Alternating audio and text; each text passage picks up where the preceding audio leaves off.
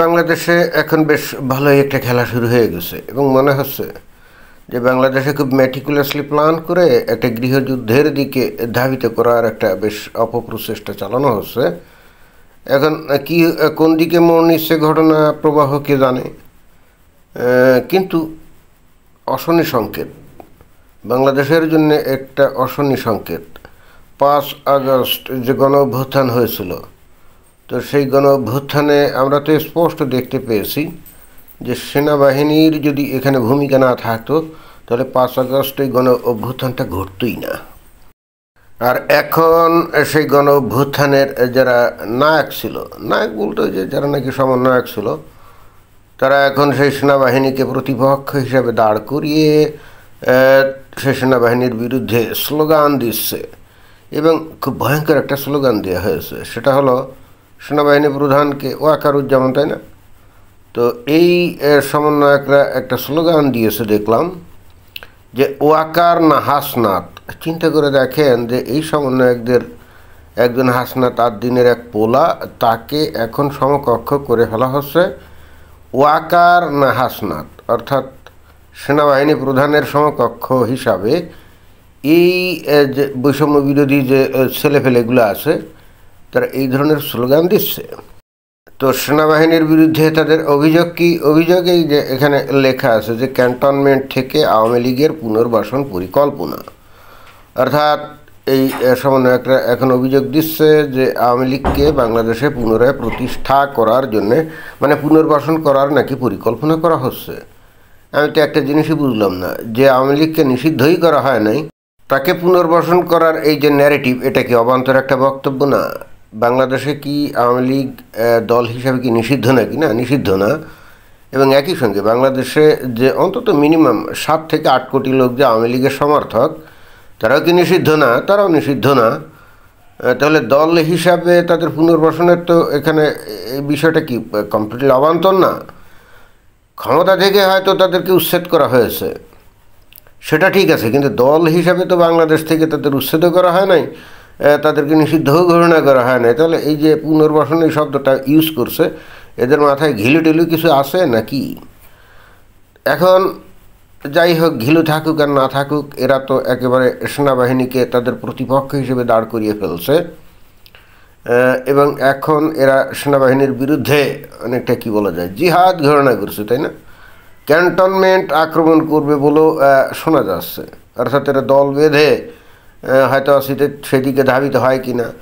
এদের যে body language, এদের যে কথাবার্তা, উত্তেজনা দেখলে তো সেরকমই মনে হয়, এবং সেটা অবশ্যই ভয়ের কারণ। কারণ এই কারণে যে এরা যদি সত্যিকার অর্থেই দল বেঁধে কয়েকশো অথবা কয়েক হাজার ক্যান্টনমেন্টের ওদিকে যদি হাজির হয়, তো তখন সেনাবাহিনী কী করবে?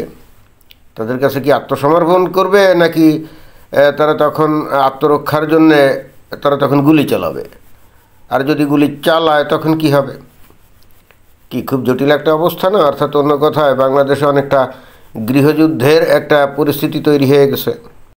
কিন্তু আসলে প্রশ্ন হচ্ছে, এরা তো আসলে অল্প বয়স্কে পোলাপান, তাই না?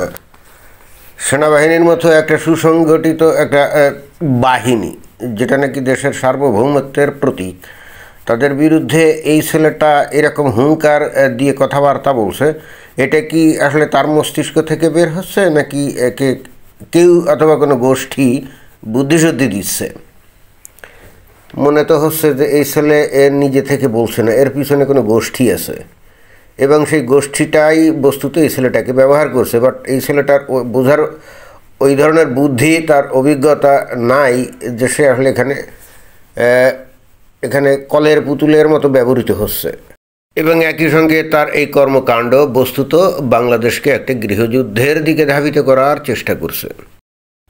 এই প্রসঙ্গে কিন্তু আর একটা নতুন প্রশ্নের উদ্রেক ঘটে, যে সেটা হলো যে এই ছেলেটা অথবা এর পিছনে যে গোষ্ঠীগুলো আছে, তারাই বা এত সাহস পাচ্ছে কী করে যে একে সামনে এগিয়ে দিয়ে এর মুখ দিয়ে কথা বলিয়ে বস্তুত বাংলাদেশকে একটা কঠিন পরিস্থিতির দিকে নিয়ে যাওয়ার এই সাহস, শক্তি, এগুলো কোথা থেকে পাচ্ছে?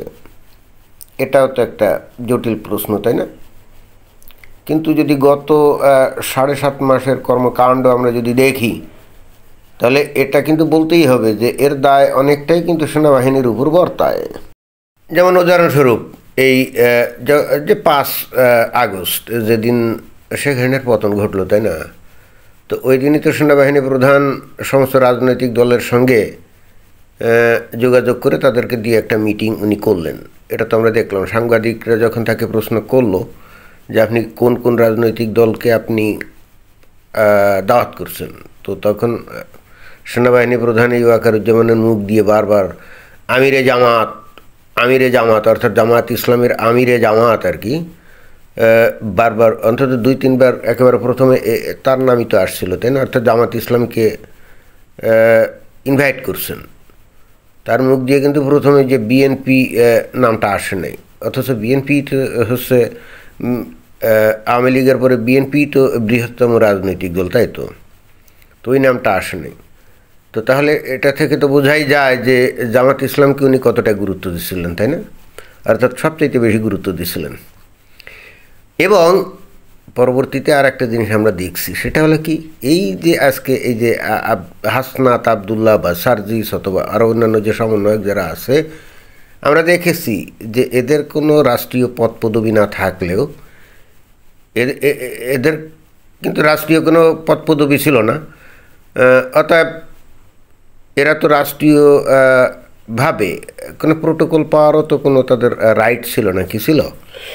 অথচ তারা এই নতুন যে রাজনৈতিক দলটা গঠন করছে, কি জাতীয় নাগরিক পার্টি না, আমি জানি না এরপরে এই ঘটনাটা এখনও ঘটছে কিনা বা এটা এখনও চালু আছে কিনা, কিন্তু আমরা তো এতদিন ধরে দেখে আসছি যে এই সমস্ত সমন্বয়কদেরকে এই সেনাবাহিনী স্কট করে বিভিন্ন জায়গায় নিয়ে যেত, তাই না? এই যে হাসনাত আবদুল্লাহ অথবা সার্জিস অথবা মানে এরা যারা আর কি, এরা তো কোনো সরকারি পদ পদবিতে নাই, তাহলে এরা তো সরকারি কোনো প্রোটোকল হিসাবে সেনাবাহিনী অথবা পুলিশের তো কোনো প্রোটোকল পাওয়ার কথা না, নিরাপত্তা পাওয়ার কথা না তো।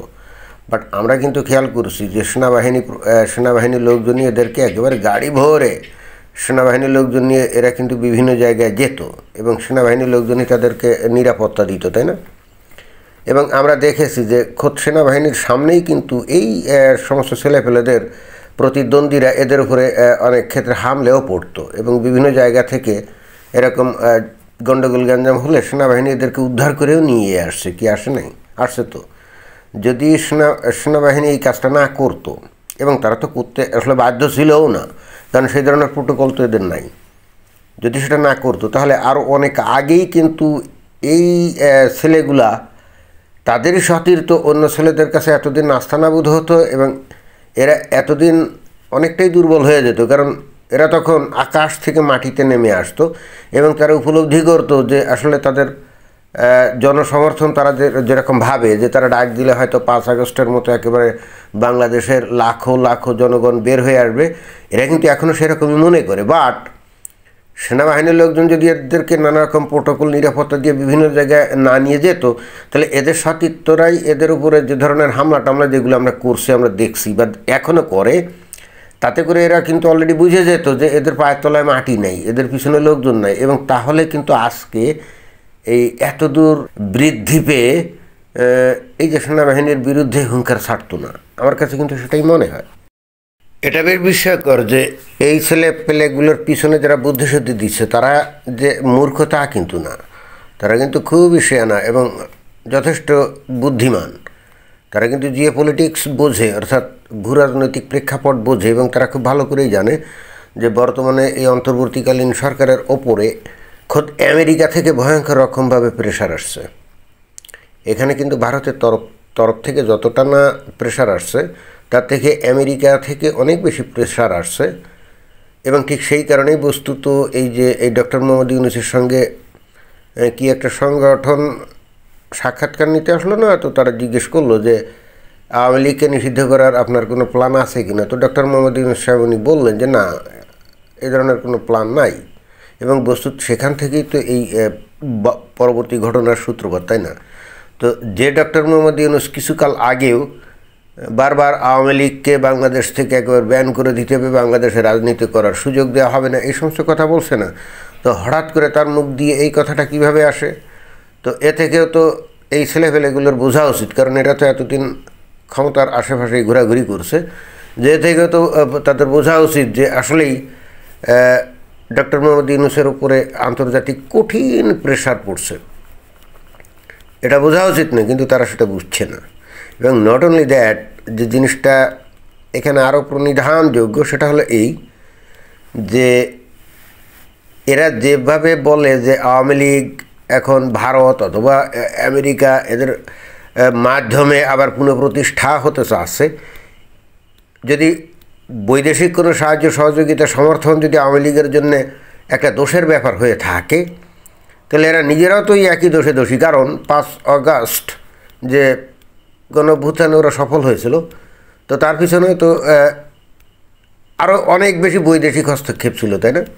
ম্যাটিকুলাসলি প্ল্যান করে এই কাজটা যে করা হয়েছে সেটা তো তাদের ওস্তাদ এই ডক্টর মোহাম্মদ ইউনূস সাহেবই তো নিউ ইয়র্কে বলে আসছিলেন, কি বলে আসছিলেন না? এবং পরবর্তীতে তো আমরা এটা খুব ভালো করে জানলাম যে আমেরিকা থেকে ডিপ স্টেটের মাধ্যমে, বিশেষ করে ইউএসএইডের মাধ্যমে মিলিয়ন মিলিয়ন ডলার খরচ করা হয়েছিল। এবং নট অনলি দ্যাট, ওই যে জাতিসংঘের মানবাধিকার কমিশনের যে মহাসচিব কী জানি ফলকার তুর্ক, সে নিজেই তো বলছে যে সেনাবাহিনীকে ফোন করে বলছে যে আপনারা যদি এই আন্দোলন দমন করার জন্য হস্তক্ষেপ করেন তাহলে আপনাদের জন্য এই যে জাতিসংঘ মিশনে যাওয়া বন্ধ হয়ে যাবে, তাই না? অর্থাৎ 5 আগস্ট যে গণঅভ্যুত্থান, এই গণঅভ্যুত্থানটা সফলই তো হয়েছিল বিদেশি হস্তক্ষেপে, তাই না? তো তাই যদি হয় তাহলে আওয়ামী লীগও তো এখন বিদেশি হস্তক্ষেপে তারা আবার নতুন করে শক্তি সঞ্চয় করে মাঠে নামতে চাইবে, তাই না? তো যে অপরাধে মানে যে ঘটনার কারণে এই হাসনাত আবদুল্লাহরা এই আওয়ামী লীগকে দোষী সাব্যস্ত করছে, যে আওয়ামী লীগ আমেরিকা ভারত ইত্যাদি সহযোগিতা আবার বাংলাদেশে তাদের কর্মকাণ্ড চালু করতে চাচ্ছে, সেটা যদি দোষের হয়, অন্যায় হয়, তাহলে তাদের এই গণঅভ্যুত্থানের বিষয়টাও তো তাহলে অন্যায়, তাই না? সেটাও তো বস্তুত আন্তর্জাতিক হস্তক্ষেপ হয়েছিল। এখন এইগুলো এদেরকে কে বুঝাবে? আর বুঝাতে গেলেও বুঝবে বলে মনে হয় না। তবে এদের পিছনে যারা আছে তারা এই সমস্যা ঠিকই বোঝে, বাট তারা একেবারে এখন মরণ কামড় দেওয়ার চেষ্টা করছে। কারণ তারা চিন্তা করছে যে তারা হয়তো অচিরের ক্ষমতায় যেতে পারতো এবং বাংলাদেশে হয়তো একটা ইসলামী শাসন কায়েম করতে পারতো। তো এই ফল তো এখন মানে ফসকে যাওয়ার উপক্রম হয়েছে। অর্থাৎ তারা কিন্তু মরণ কামড় দিচ্ছে, এবং এই মরণ কামড় দিতে গিয়ে এই ছোট ছোট এই বাচ্চা ছেলেপেলেগুলাকে সামনে এগিয়ে দিয়ে এদেরকে ব্যবহার করে বস্তুত দেশে একটা গৃহযুদ্ধের মতো পরিস্থিতি তৈরি করছে। এবং একই সঙ্গে আমার ধারণা এদেরকে হয়তো নানা রকম লোহানিও দেওয়া হয়েছে, প্রলোভন দেওয়া হয়েছে। সেনাবাহিনীকে যদি নিউট্রাল করে দেওয়া যায়, আবারও সেনাবাহিনীর প্রধানকে যদি নিউট্রাল করে দেওয়া যায়, তাহলে নিশ্চয়ই আমার ধারণা এদের পিছনে যে কুশীলভ আছে তারা এই ছেলেফেলেগুলোকে প্রলোভন দিয়েছে, তোমাদের জন্য ভবিষ্যতে বড় বড় পোস্ট, বড় মানে বিভিন্ন সুযোগ সুবিধা পাওয়া যাবে এবং দেশটা তো তখন আমাদেরই হবে। এখন এরা তো গত 6-7 মাস ধরে, 7.5 মাস ধরে ক্ষমতার আশেপাশে আছে না, তারা মজা পেয়ে গেছে না। খালি যে মানে শাসনের মজা পেয়েছে তাই তো না, অর্থনৈতিকভাবেও তো তারা ব্যাপকভাবে লাভবান হয়েছে, তাই না? যে ছেলেপেলেগুলো 2 দিন আগেও টিউশনি করে খাইতো, পকেটে 500 টাকা খুঁজলে পাওয়া যাইতো না, তারা যদি হঠাৎ করে বিপুল পরিমাণে অর্থের মালিক হয়, ক্ষমতার চর্চা করে, একে সরায় ওকে সরায়, কোন সচিব কোন পদে বসবে, কোন ডিসি কোন জায়গায় বসবে ইত্যাদি ইত্যাদি, এই বিশাল যে ক্ষমতার স্বাদরা পেয়ে গেছে, তো স্বাভাবিকভাবে এখন এদেরকে যদি প্রলোভন দেওয়া হয় তাহলে এরা তো সেটার মধ্যেই সেটা নিয়েই থাকবে। এখানে তারা তো তাদের জীবনের পরোয়া করবে না, এবং সেটাই কিন্তু আমরা বাস্তবে দেখতে পাচ্ছি, তাই না? তো এই হলো অবস্থা। ঠিক জানি না যে আসলে বাংলাদেশের ভবিষ্যৎ কোন দিকে যাচ্ছে, বাট যদি এখনও এই বিষয়গুলোকে নিউট্রাল না করা হয় এই যাবতীয় পরিস্থিতিকে, এবং সেটা কারা করবে? এই সেনাবাহিনী করবে। কারণ এই সেনাবাহিনী তো এদেরকে আজকে এই পর্যায় পর্যন্ত আনছে। তারা যদি এদেরকে নিরাপত্তা দিয়ে বিভিন্ন জায়গায় না নিয়ে যেত তাহলে কিন্তু আজকে এরা এই এত বড় বড় কথা বলতো না, আমি একেবারে 100% নিশ্চিত। সুতরাং যারাই এদেরকে বাড়তে সাহায্য করছে, এখন সেনাবাহিনীর দায়িত্ব হলো এদেরকে নিউট্রাল করা। কীভাবে করবে সেটা আমরা জানি না, কিন্তু আমরা আশা করব যে সেনাবাহিনী তাতে সফল হবে। এখন দেখা যাক কী হয়। ধন্যবাদ।